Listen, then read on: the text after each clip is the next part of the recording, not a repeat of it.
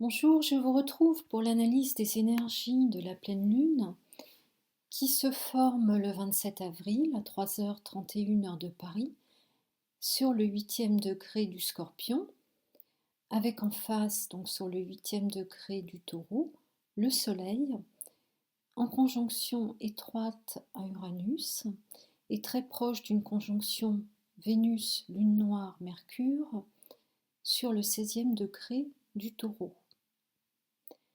Alors, qu'en est-il des aspects?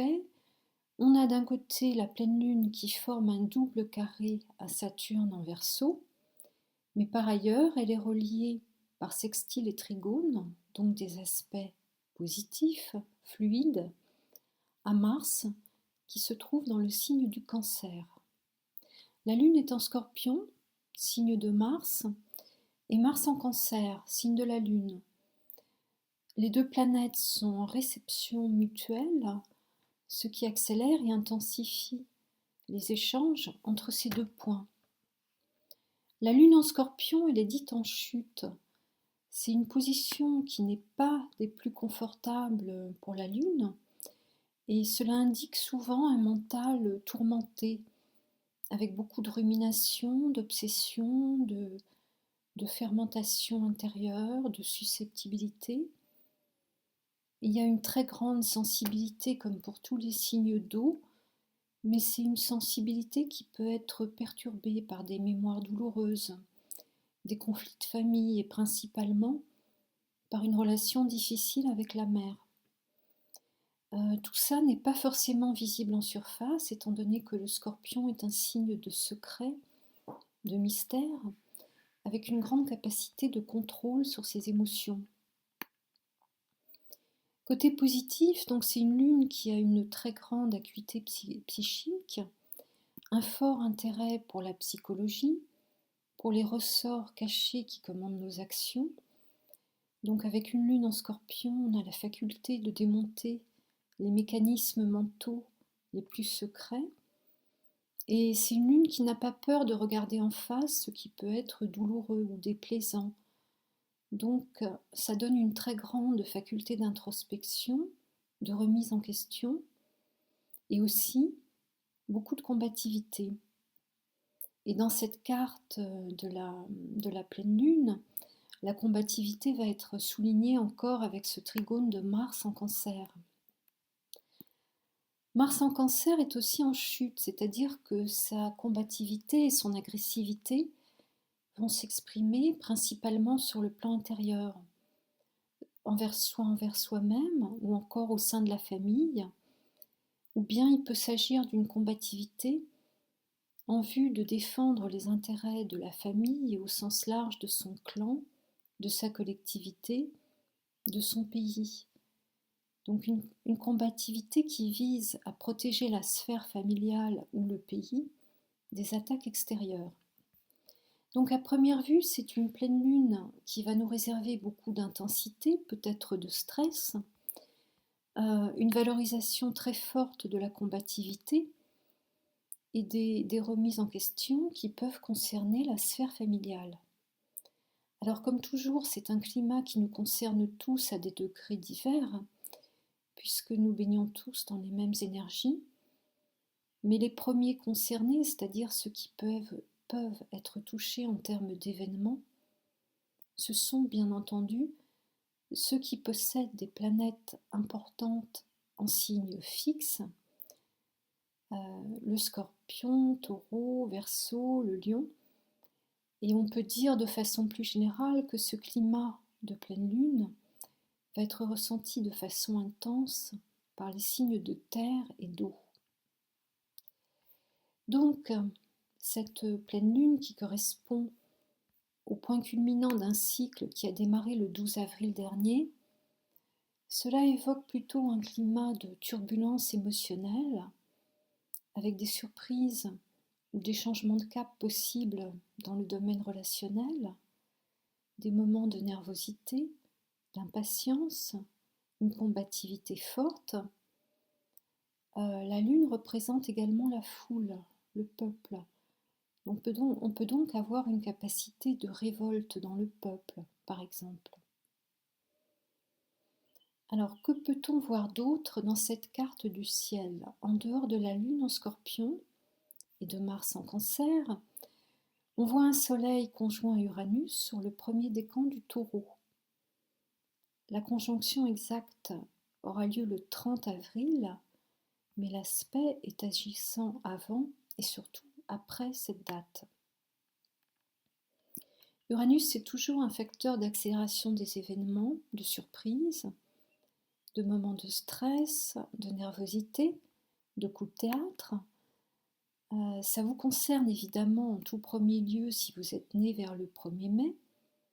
Vous traversez une période particulièrement effervescente de votre vie avec ce transit sur votre soleil qui n'aura lieu qu'une seule fois dans toute votre existence.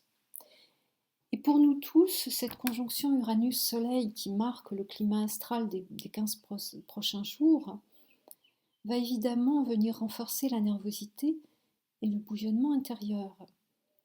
Ça va aussi accentuer le désir d'indépendance. On a déjà vécu un climat comparable le 24 avril, le jour de la conjonction Mercure-Uranus. Donc peut-être voir ce qui s'est produit ce jour-là en termes de nouvelles, des rencontres ou des imprévus de toutes sortes. Donc j'en reviens à la conjonction Soleil-Uranus, elle est au carré de Saturne.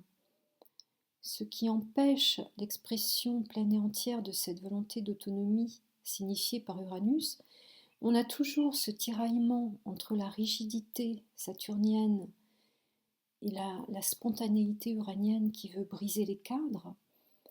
Donc on peut prévoir un climat en dents de scie pour tous les signes fixes et même pour tous ceux qui ont des valeurs en signes fixes. Alors le signe du Taureau, bien sûr, il est très valorisé en ce moment avec le Soleil, Uranus, Vénus, la Lune noire et Mercure dans le signe.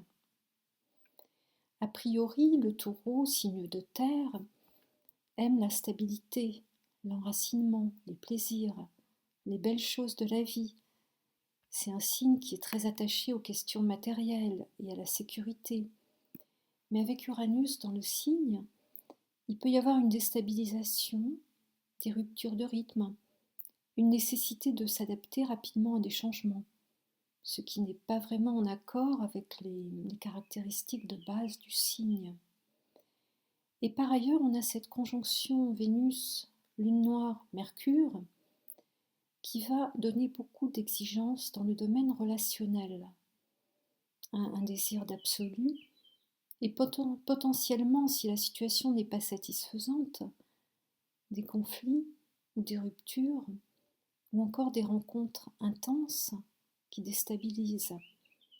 Avec de telles configurations, on n'est pas dans quelque chose de stable et de tranquille. Et avec la lune noire, il peut y avoir quelque chose à lâcher, à laisser derrière soi. Donc, une clarification d'une situation, une décision qui peut être radicale, ou des conflits latents qui pourraient éclater au grand jour. La lune en Scorpion n'a pas peur des affrontements. En Scorpion, on a un côté jusqu'au boutiste. C'est un signe très, très entier.